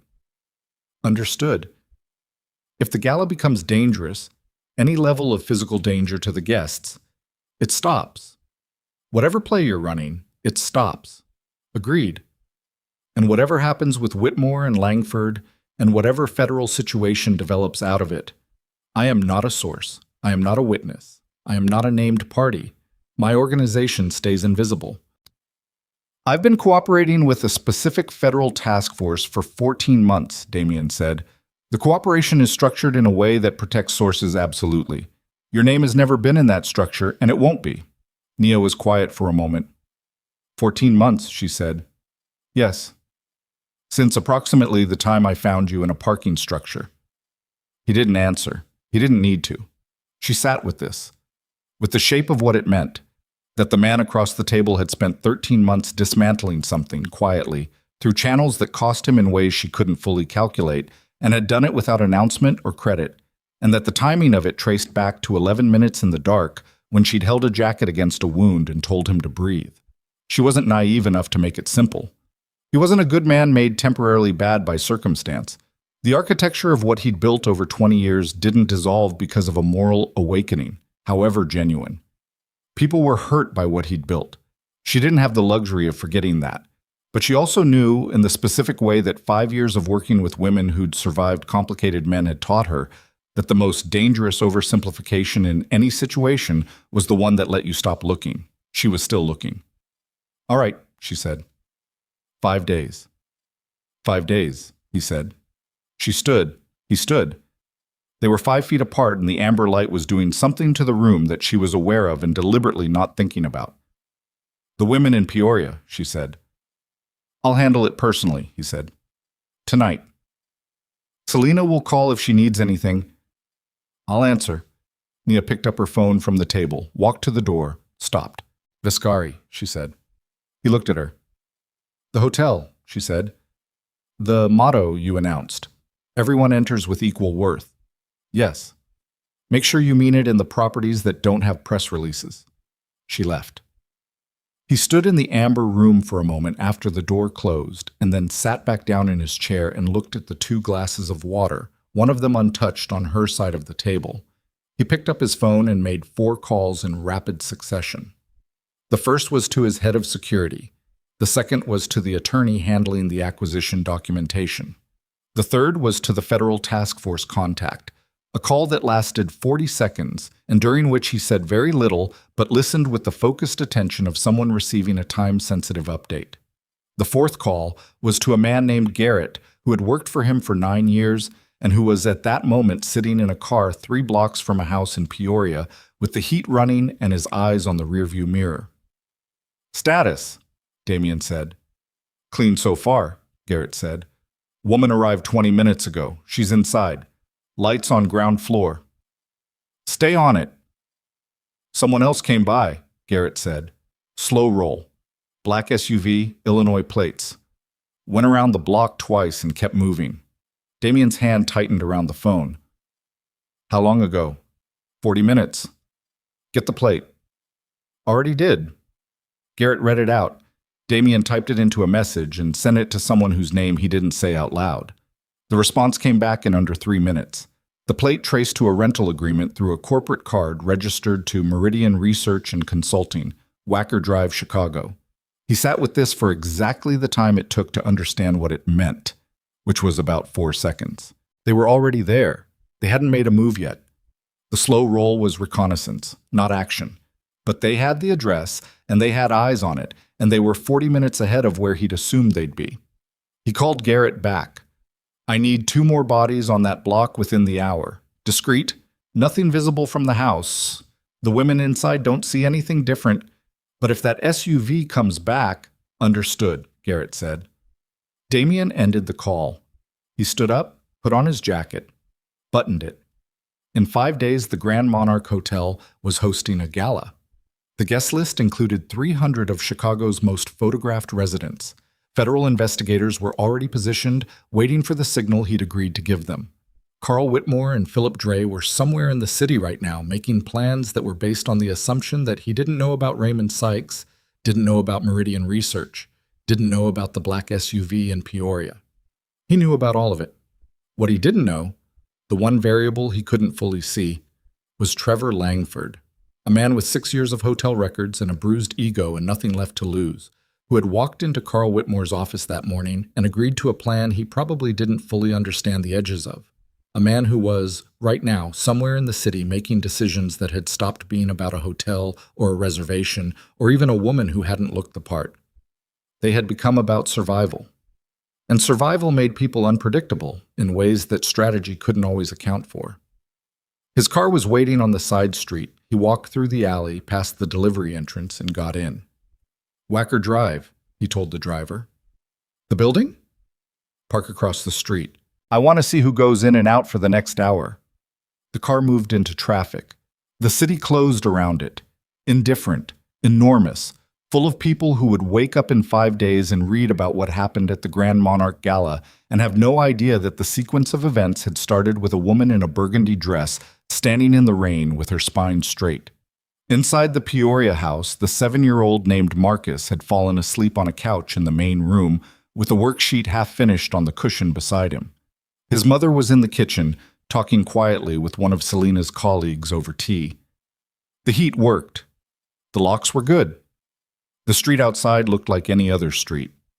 Selena stood at the upstairs window, the lights off in the room behind her, watching the block below with the specific patience of someone who has stood at windows like this before and knows that the moment you stop watching is the moment something moves.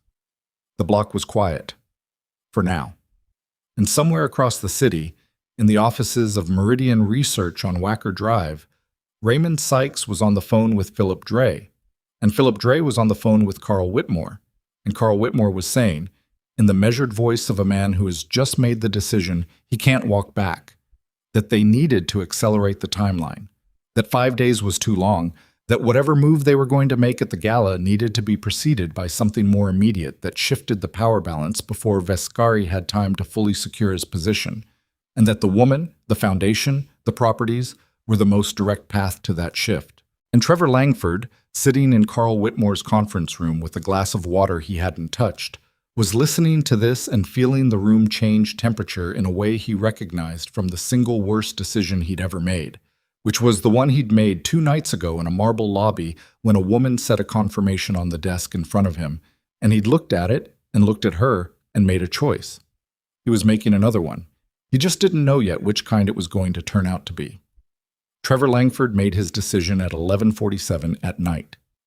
He was sitting alone in the conference room on the 34th floor of Carl Whitmore's building, because Carl had gone home at 10 and Philip Dre had left at 9:30 with Raymond Sykes, and Trevor had stayed because he'd said he needed to review the documentation he'd pulled from his personal cloud backup, the 6 years of hotel records that Carl's team had been copying onto a secure drive since 8 that evening. That part was true. He did review the documentation. He sat with it for almost 2 hours, going through it the way you go through a thing you built over a long time when you're trying to decide what it was actually worth. What he found, looking at it from the outside, from the position of a man who no longer had a parking fob or a nameplate or any of the other physical markers of the authority he'd spent a decade constructing, was that a significant portion of it was exactly what Carl Whitmore wanted it to be: evidence of the Aldrin Group's complicated stewardship, financial irregularities in the banquet accounts, vendor contracts that had been structured to benefit certain relationships at the hotel's expense, complaint logs that showed a pattern of decisions that could, in the right legal framing, constitute systemic negligence. And buried in the complaint logs, 11 guest grievances filed between 2020 and 2023 that Trevor himself had marked resolved without escalation. He read all 11. He sat with them for a long time. The names in those logs were not abstractions. They were a woman from the South Side who had booked a room for her anniversary and been told at check-in that a reservation had been canceled due to a system error, a cancellation that hadn't happened for the 2 white guests who'd booked through the same system on the same day. A man from Pilsen who'd requested a table at the hotel restaurant for a business dinner and been seated in the back corner near the kitchen despite open tables in the main room. A family from Hyde Park. A couple from Bronzeville. 11 logs. 11 resolutions that resolved nothing for the people they concerned and resolved everything for the hotel's incident record. Trevor had marked them all. He sat with this and let it be what it was, which was a complete and unambiguous picture of the thing he'd been doing for years while telling himself he was maintaining standards. The word standards had a different weight now. It was still the same word. It just didn't mean what he'd needed it to mean. At 11:43, he picked up his phone. He opened his contacts and scrolled to a name he'd copied down from a card that had been tucked under the door of his hotel room, a room he'd checked into that afternoon because he hadn't wanted to go home, hadn't wanted to sit in his apartment with the correct furniture and the correct view and the absence of anyone who would ask him questions. The card had been plain white, a name, a phone number, and 4 words. When you're ready, tonight. He hadn't known who'd left it. He suspected he knew now. He called the number at 11:47. A woman answered on the second ring. Her voice was level and precise and carried the specific quality of someone who has been awake waiting for exactly this call and isn't going to waste time on preamble. "This is Selena Bright," she said. "You left me the card," Trevor said. "Yes. How did you know my room number?" "I'm good at my job," she said. "Mr. Langford, I'm going to ask you something and I need a straight answer. Are you in Carl Whitmore's building right now? Yes. Are you alone? Yes. How much of the documentation have you transferred to their drive? Trevor looked at the external drive sitting on the table in front of him. Carl's tech person had connected it at 8 and copied everything Trevor had provided. Everything Trevor had decided, in his 2 hours of review, to provide, which was not everything he had. They have the vendor contracts and the banquet financials, he said. They don't have the complaint logs. Silence. Then, why not? Trevor looked at the logs on his screen. At 11 names. At 11 resolved without escalation stamps that had his authorization code at the bottom. Because I looked at them, he said. Another silence. Different quality. Mr. Langford, Selina said, I need you to take the external drive off the port right now and put it in your jacket pocket. They'll notice. They won't notice until morning, and morning is what we're working toward. Take the drive. He took the drive. Now listen carefully, she said, because I'm going to tell you exactly what happens next. What happened next took 4 days. On the first day, Trevor met with the same federal task force attorney that Damien's team had been coordinating with for 14 months. The meeting lasted 6 hours. Trevor brought the complaint logs, the banquet financials, and something else. Something he hadn't mentioned to Carl Whitmore and hadn't mentioned to anyone, because he'd found it at 1 a.m. while reviewing a folder he'd forgotten he had. A folder containing 3 years of email correspondence between Richard Aldrin and a city permits official that had nothing to do with hotel management and everything to do with why 2 competing hotel projects had failed to receive zoning approval during the same period the Grand Monarch had expanded its footprint. It was, the federal attorney said, in the careful language of someone trying not to use the word excellent in a professional context, highly relevant material. On the second day, Carl Whitmore's attorney filed the legal challenge to the Grand Monarch acquisition. It was a precise, well-constructed document that would have been considerably more effective if the financial irregularities it cited hadn't already been voluntarily disclosed to federal investigators 14 hours earlier, a fact that the filing did not account for, and that Damien's legal team was able to surface in their response within the same business day. Carl Whitmore learned about this at 4 p.m. while he was on the phone with Philip Dre, and the silence that followed lasted long enough that Philip Dre said his name twice before Carl responded. On the third day, Raymond Sykes disappeared. Not dramatically. He checked out of the hotel where he'd been staying, settled his bill in cash, and was not in the building on Walker Drive when federal investigators arrived with a warrant at 9 a.m. His current location was not immediately established, which was consistent with what Selina had told Nia about men like Sykes. They didn't run in ways that looked like running. They just stopped being where you expected them to be. Philip Dre's attorney issued a statement. Carl Whitmore did not issue a statement. Trevor Langford spent the third day in a federal building answering questions. And on the evening of the third day, he went back to his apartment for the first time since Wednesday and sat in his living room with the lights on and the television off and stayed there until morning.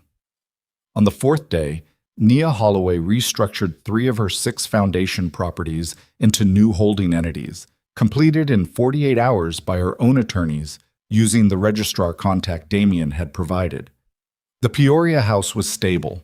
Selina had remained on site for 72 hours and confirmed no further surveillance activity after the black SUV had been traced and its occupants, 2 men under contract to Meridian Research, had found their clients' corporate accounts frozen as a secondary effect of the federal warrant.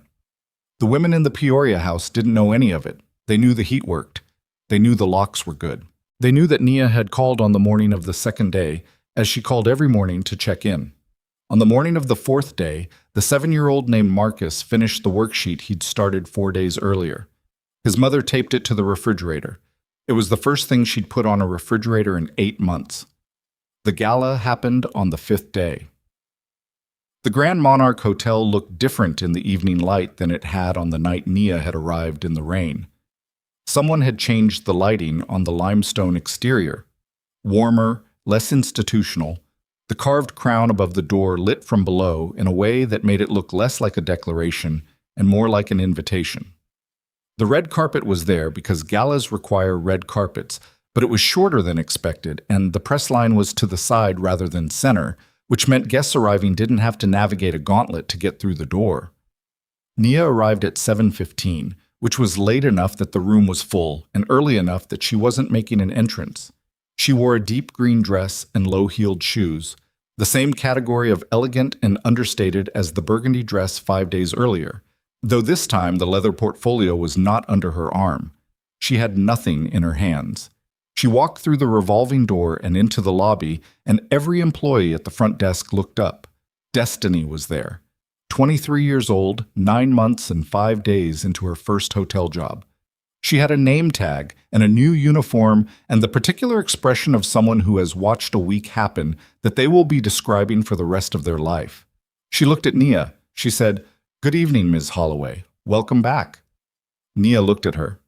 "Thank you," she said, and then, "How are you doing?"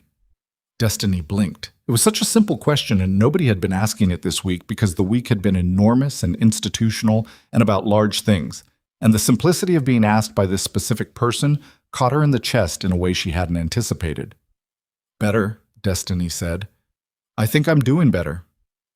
"Good," Nia said. "That matters." She moved into the lobby. The ballroom had been transformed, not beyond recognition, but in the specific way that a room transforms when someone has decided that its purpose has changed. The crystal chandeliers were the same, the high ceilings, the gold curtains. But the table configurations were different, more open, less hierarchical, and the centerpieces were low enough that people sitting across from each other could see each other's faces. A small stage at the far end held a quartet. Strings, no jazz, something warmer and less performatively sophisticated. 300 guests. Chicago's business community, civic leaders, arts figures, 3 city council members, including the alderman from Nia's morning meeting 5 days ago, who did a slight double take when he saw her, and then came over to say hello with the kind of genuine warmth that people reserve for people they have just mentally recategorized. Damien was across the room when she arrived, talking to 2 men she didn't recognize. He saw her come in. He didn't move toward her. He finished his conversation, which took about 4 minutes, and then crossed the room at a pace that was unhurried and did not pretend to be anything other than deliberate. "You're here," he said. "I said I'd come," she said. "You also said the hotel was a problem." "It was," she said. "Problems get addressed. Then you decide what to do with the space they were taking up." He looked at her for a moment. They were standing in the lobby of the Grand Monarch Hotel, 5 days after she had stood outside it in the rain, and the room around them was full of people doing what people do at galas, talking, performing, networking, laughing at the right moments, and none of them fully understood what this room had cost, or what it had changed, or what it was now carrying that it hadn't been carrying before. "There's something you should see," Damien said. He walked her to the lobby's east wall, which had been cleared of the decorative artwork it had held for 20 years. In its place, mounted in a clean sans-serif font on brushed steel, were the words, "Everyone enters with equal worth." Below it, smaller, Grand Monarch Hotel, established 1927, reopened 2024. Nia stood in front of it for a moment. "You told me to mean it in the properties without press releases," Damien said. "I remember." "This is the press release property," he said. "The others are being handled differently. New training structures, new complaint protocols, new management accountability at every level, audited quarterly by an independent firm." A pause. "I'm aware that a motto on a wall means nothing by itself. It means something to the person who reads it on their way in when they're not sure they'll be treated the way they deserve," Nia said. "It means something then." He was quiet. "It's not enough," she said. "But it's not nothing." The evening moved. Dinner was served, speeches were made. Damien's was short, 4 minutes, and contained no reference to the events of 5 days ago because he had decided that the people in this room didn't need the story performed for them. They needed to experience the thing the story had been about. The food was good. The quartet played through dinner and then shifted to something with more rhythm as the tables cleared. At 9:15, 2 federal investigators entered through the side entrance and met with Damien's head of security in a corridor off the main ballroom. The meeting lasted 8 minutes. Nia didn't know about it in real time. She was talking to a woman from the city's housing authority about a rezoning proposal, but she would be told about it later. Carl Whitmore was not at the gala. He had been informed through his attorney that his presence was not welcome, and his attorney had communicated this back with the language of legal process. But his attorney had also, separately, received a packet of documents at 3 o'clock that afternoon that laid out, in considerable detail, the exposure that the Meridian research activities of the past 5 days had created for Carl personally, and the attorney had spent the hours between 3 and 7 calling Carl and telling him things that Carl received in the particular silence of a man who is overcommitted to a hand that didn't hold. Philip Dre had been at his cardiologist's office for most of the day. His attorney had called twice, and he had not called back. Trevor Langford was not at the gala either. He was in his apartment, and at 9:15, approximately the same time the federal investigators were meeting with Damien's security team in the corridor, he was doing something he hadn't done in months. He was cooking. Nothing complicated, just pasta, the simplest thing he knew how to make, standing at his stove in his apartment with the kitchen window cracked and the city noise coming in. He made enough for 2 portions. He ate one. He put the other in the refrigerator. It was a small act. It meant almost nothing, and it meant everything. The way the smallest acts mean everything when they're the first ones that feel honest in a long time. He had a meeting with the federal attorneys again on Monday. He had been told, in language that was precise without being comforting, that his cooperation was being taken into account, and that the range of outcomes for his personal legal exposure would depend on the continued quality of that cooperation and on findings yet to be made, which was not a promise. It was an honest statement of an uncertain situation, and Trevor found, somewhat to his surprise, that he preferred it to a promise. He washed the pan. He went to bed before 11 for the first time in a week. Back at the Grand Monarch, the gala wound down the way good evenings wind down. Gradually, without announcement, people finding the natural end of their own evenings and making their way to the door. By 10:30, the room had thinned to half its size. By 11, it was the last 30 people, the ones who stay not because they have nowhere else to go, but because they're still in the middle of something. Nia was near the window that looked out on Michigan Avenue. The street below was alive with the usual Thursday night momentum, cabs, couples, the city doing its city things. The rain from 5 days ago was long gone. The night was clear and cold, the kind of cold that sharpens edges. Damien came to stand beside her at the window. Not close enough to be a statement, just present. "The Peoria situation," he said. "Stable," she said. Selena confirmed everything is clean.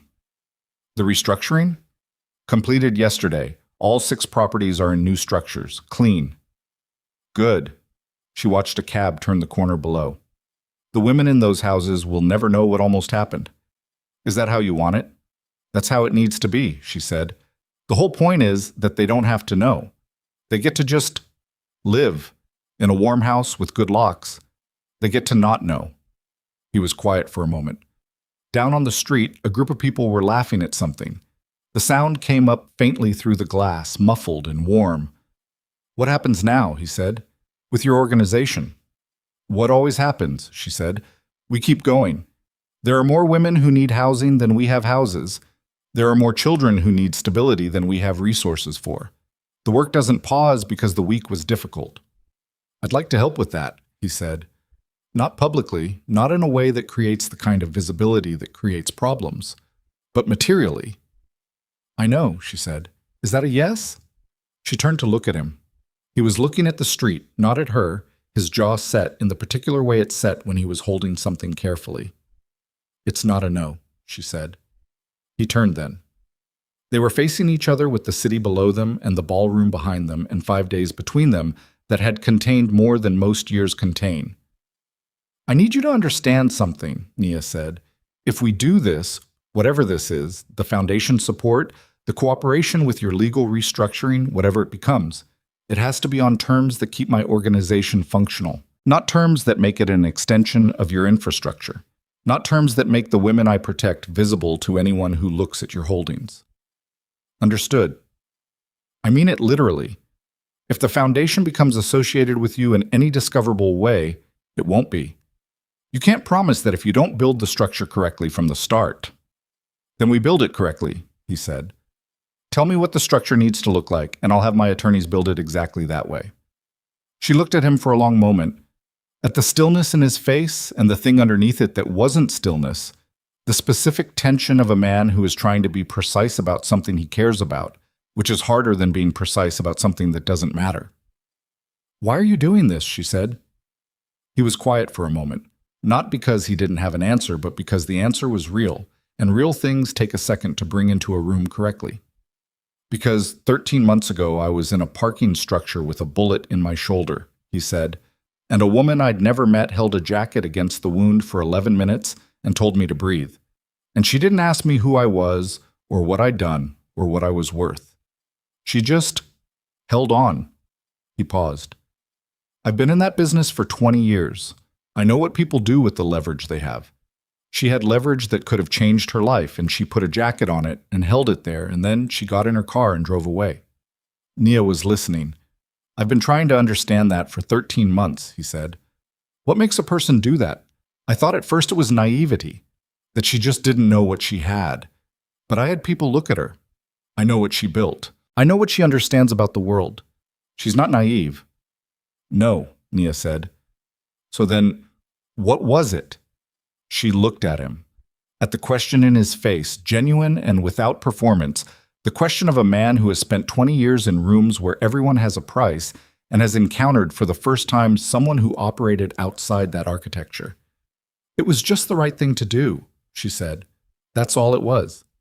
Someone needed help. I helped. He absorbed this. Is that enough? He asked. That explanation? It's the only one I have, she said. And yeah, it's enough. The last guests filtered out between 11 and 11:30. The catering staff began the quiet work of clearing. The quartet packed their instruments. The chandeliers were dimmed. Damien walked Nia to the lobby at 11:20. They stood near the front desk, near the brushed steel wall with the motto on it, and the lobby was quiet the way lobbies go quiet when the evening is over and the night belongs to the building rather than the people passing through it. There's something I should tell you, Damien said. Okay. The cooperation I mentioned with the federal task force, the 14 months. He paused. It's winding down. The last set of information transfers is scheduled for next month. After that, he stopped, started again. After that, I'm out. Of all of it. The legitimate holdings stay. Everything else is being concluded. Nia looked at him carefully.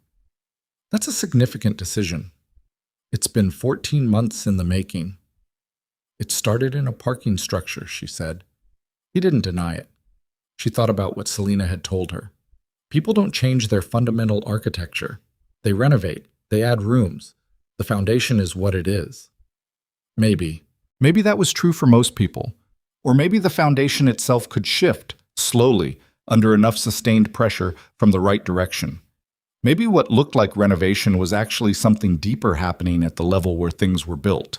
And it just took long enough that the people observing it couldn't see the difference from outside. She didn't know. She was honest enough with herself to not know. What she knew was that the man in front of her had done something that cost him, in money, in organizational authority, in the 20-year architecture of his reputation in certain rooms, and had done it without asking anything back, had been dismantling something for 14 months, quietly, without credit, had stood in a ballroom 5 days ago and said the thing that needed to be said in front of 40 people and hadn't made it about himself. That wasn't innocence. It wasn't redemption, not the clean narrative kind. It was something more complicated and more honest than either of those, which was a person deciding, in the middle of their life, to point themselves in a different direction and walk. She didn't know what that walk would look like in 5 years. She didn't think he did either, but she knew what the direction was.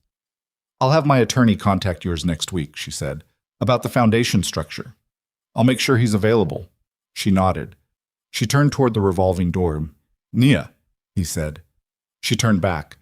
He was standing near the front desk with his hands at his sides, the lobby quiet around him, the chandelier light from above making shadows fall in the architecture of his face. For what it's worth, he said. What you built. The houses, the women, the whole invisible structure of it. I've seen a lot of people build things in this world. What you built is the only one I've ever encountered where the purpose was completely and only for other people. She looked at him for a moment. That's the only kind worth building, she said. She walked through the revolving door and out into the night. The air was cold and clear. Michigan Avenue stretched north and south, the city alive in the way Chicago is alive at 11:30 on a Thursday. Urgently, without apology, indifferent to the dramas playing out in the lit windows above the street. The limestone arch was above her, the carved crown above that. She stood on the sidewalk for a moment, not the way she'd stood here 5 days ago, in the rain, managing something that lived too deep for tears. She stood here differently, not because everything was resolved, not because the work was done or the world had simplified itself into something manageable, but because she had walked through a difficult week and kept her spine straight and kept the women in her houses safe and hadn't compromised the things she'd built. And those facts were solid and real and worth standing still for a moment to register. She got out her phone and called Selena. "Everything's clear," Selena said before Nia could speak. "I just did a walk of the block an hour ago. Marcus's mother made soup tonight, the good kind. She let him stay up late." Nia smiled. It was a small smile, the kind that lives in the corner of the mouth and doesn't need an audience. "Get some sleep," Nia said. "You too," Selena said. She put her phone in her pocket. She looked up at the carved crown above the Grand Monarch's door one more time. Then she started walking north into the cold and the clear and the unremarkable ongoing fact of a city that had no idea what had just happened inside one of its buildings, or what it had cost, or what it had changed. The street was just the street. The night was just the night. She walked. Above the lobby, on the second-floor balcony that overlooked the main entrance, Damien Vescari stood at the railing and watched her go. He didn't move. He didn't say anything. He watched until she turned the corner at the end of the block and the street was just the street again. And then he stood there a moment longer in the quiet. 43 years old. The owner of a hotel that had taken him 12 hours and $460 million to acquire, and which he would spend the next several years trying to make worth what it had cost. Not in money, but in the other currency, the one that didn't have a market rate and couldn't be transferred through attorneys. He turned from the railing, walked through the quiet hotel, through the lobby where the cleaning staff moved with their efficient midnight industry, past the brushed steel wall with its 8 words, through the side corridor and out the employee's entrance into the alley where his car was waiting. He got in. The driver didn't ask where. He knew. The car moved into traffic, and the Grand Monarch disappeared behind them, lit warm against the dark, its crown catching the streetlight from above. It would be open tomorrow. It would be open the day after that. Destiny would be at the front desk at 8 in the morning, and she would look up at whoever came through the door, and she would see them, actually see them, the way she hadn't always been trained to see them, the way the hotel hadn't always been structured to see them. And she would say good evening and mean it. That was not a dramatic thing. It was not the kind of thing that makes headlines or gets photographed or becomes the image people carry out of a story.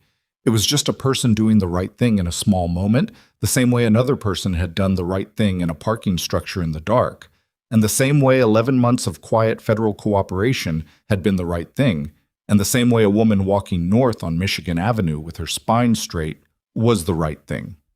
Not because it was witnessed or rewarded or resolved into something clean, but because it was correct, and correct things matter even when they're invisible, especially when they're invisible.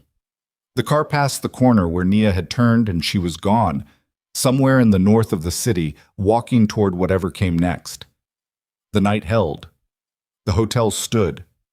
And somewhere in Peoria, in a warm house with good locks, a 7-year-old named Marcus slept through the whole thing, the way children sleep when they finally feel safe enough to stop listening for the sound of the door.